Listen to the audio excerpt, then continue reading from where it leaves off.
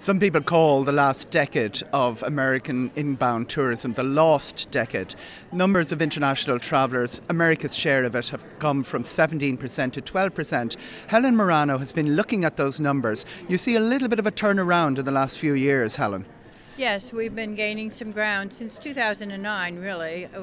In 2008, we had a very strong year, and 2009 we all incurred decreases, including the world. But in 2010, we finally gained a double-digit growth, and we've reached 60 million travelers hosted by the United States, including our Irish. And where are those travellers going? Is the trend of the places they land changing? Well, we still have our top markets of New York City and New York State, California, Nevada, and the traditional markets, but we're seeing more growth out into the middle of our country and seeing a lot more of the South and not just the gateways. A lot of concentration in India, China, places like that. Are you seeing the yields come up from those places?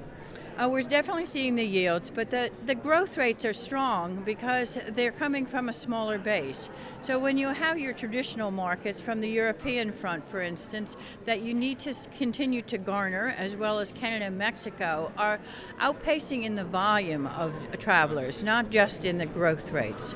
You're fascinated with figures, but the story behind those figures, would you care to speculate? What has happened? Is America more attractive? Is it the dollar, or is it the changing habits of people? Well, I think that as people have gotten a little more secure in their own economy, as the footing has regained in some of the job markets, as well as they're feeling that things are never going to come right back to where it was, but maybe they still need to travel. They're going back to looking at the release of adventure, and now I think that's what the United States has to offer.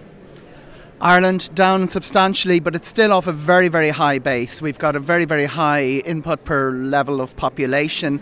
Would you like to see that change in the coming years? Yes, and we've recognized the downturn from Ireland, and it saddens us because we love to play with our Irish folk.